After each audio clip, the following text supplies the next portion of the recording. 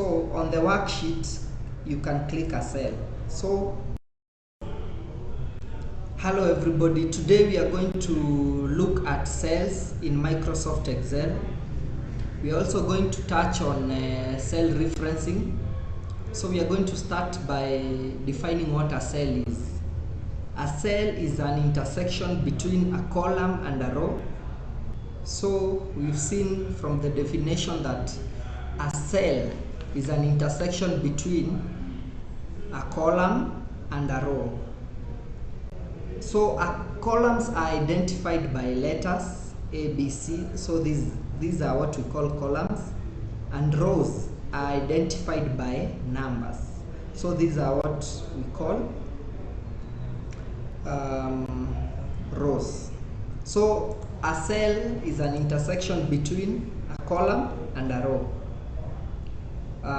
So every worksheet is made of thousands of rectangles. So these thousands of rectangles that we see here are what we call cells. And a cell is editable. You can put data on it. You can put text on it and numbers on it. So on the worksheet, you can click a cell. So this white space is what we call a worksheet, and it has numerous cells that you can input data. So we are going to also look at what is a range of cell. So a cell range in an Excel file is a collection of selected cells. So a cell range is a collection of selected cells. Let's input some data like James, like John, like Sam. So this is what we call a cell range. It's a collection of Excel file. It's a collection of selected cells in an Excel file. So this is what we call a cell range. We are going to look at cell referencing. It refers to a cell or a range of cells on a worksheet and can be used in a formula so that Microsoft Excel can find the values or data when you want that formula to calculate. So a cell referencing is where formulas are created, is where formulas are calculated. So there are three types of cell referencing. We have relative cell referencing. The second one is absolute cell referencing, and the third one is mixed cell referencing. So we are going to see how the three work and the differences that they have. So we are going to start on relative referencing. So we input some data so that we can see how it works. Let's say we have item, we have price, and we have the total. And we have the total.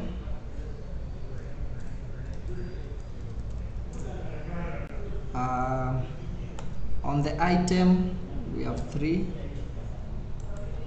4, and 5. On the pricing, let's say we have 10, 20, and 30. So in such a scenario, we want to get the multiplication, the total of item A and the price in column B. So we put an equal sign for us to get the total. Then you select cell A2. When you look here, it will give you the cell number.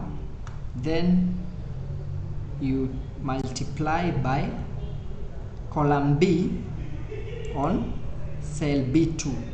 Then you press enter to get the results. So 3 times 10, it's 10. It's 3 times 10, it's 30. Sorry. Then we can use the autofill to find the rest of the answers, the solutions to the problem. So this is how relative cell referencing works. When you found out the formula of one, you can drag down to autofill the rest. So this is how relative referencing works. So we go on to the next one, which is absolute cell referencing. I can just edit here, absolute. So even here we put some data, let's say distance A.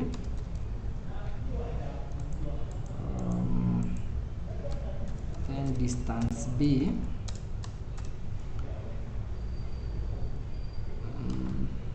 Then we want to do a multiplication of the distances.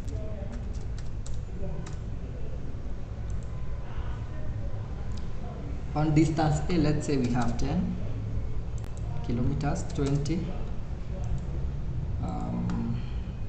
and 30. Distance B, we can give it 100, 200, can work with 300. Then now we want to get the multiplication of it. Let me just add setup space. On D we can put 500. So we want to get the multiplication of distance A times the 500. Distance A times 500. You see what our result will be. Mark you, the 500 is on it's on column D on cell D1, on cell D1. So we come and put an equal sign here. We want to multiply distance A times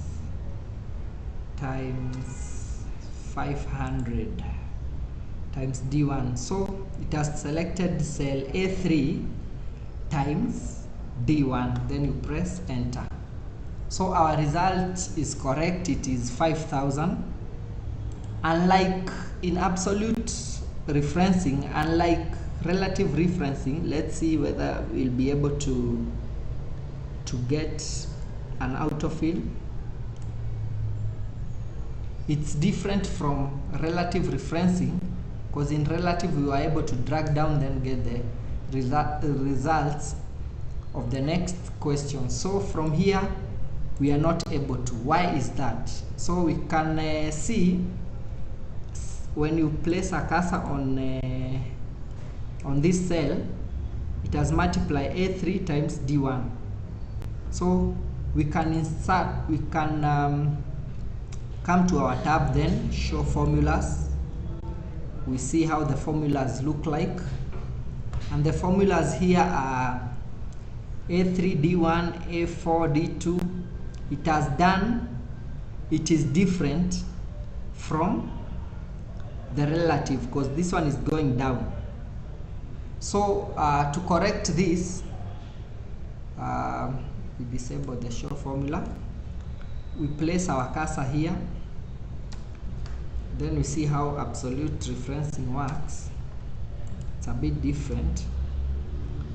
We come here on the multiplication, we do an equal sign, we click on cell A3, we multiply it by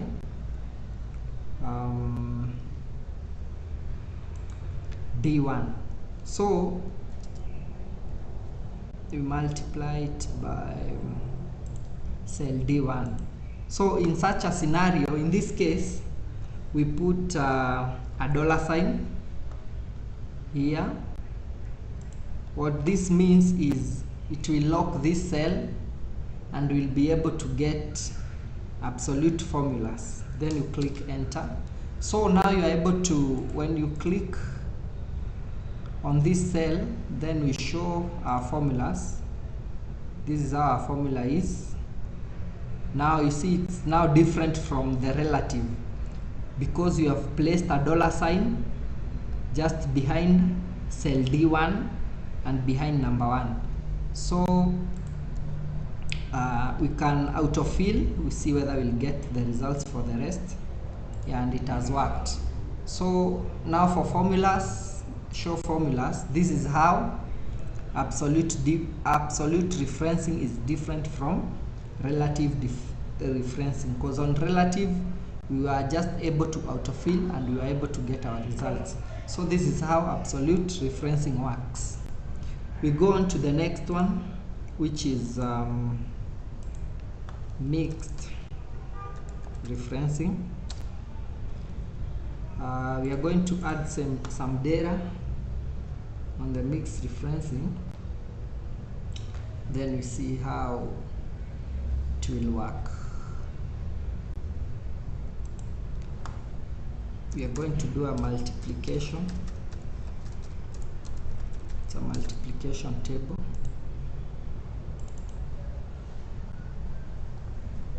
Then these one are the column headers. Let's say we have data like 10, 20, and 30.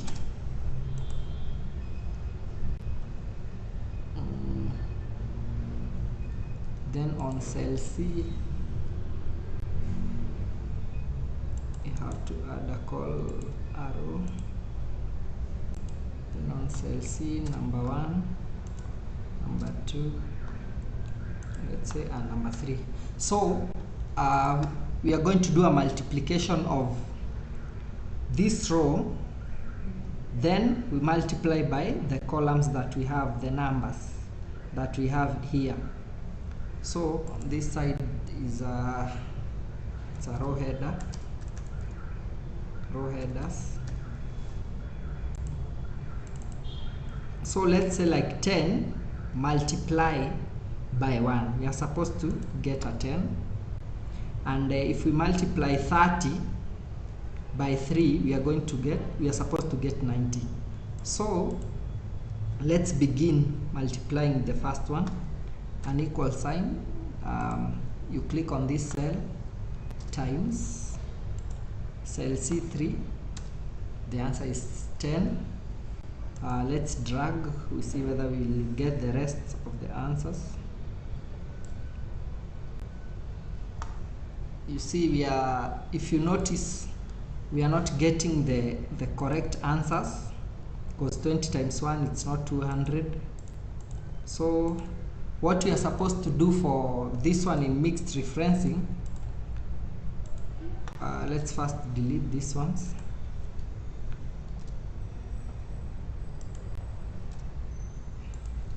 Then we click here on this cell, we put an equal sign, then we do a B. We are doing B4 times C3, the one. So in mixed referencing, since we are calculating on the columns and the rows, we place a $sign here in front of B, so that it can work on the columns. Then we do another $sign just between C and 3, something like that. Then we place enter. Then now we can drag to see if the results are okay. Yeah, we've seen now it has brought. Now we can check our formula. We can show formula. We see how the formula looks like, because now the cells now okay. This is how we do mixed referencing. Now you can just come here on mixed referencing. For us to get the results of the rest of the rows, you just drag this one to here, and you can see we are able to get the correct results. 30 times 3, it's 90. 30 times 2, it's 60. You also do the same for the other row, and you also do the same for the other row. So this is how mixed referencing work. You can see when you place your cursor on this cell, this is how it works. So this is the difference between mixed referencing from absolute and relative. So thank you for listening.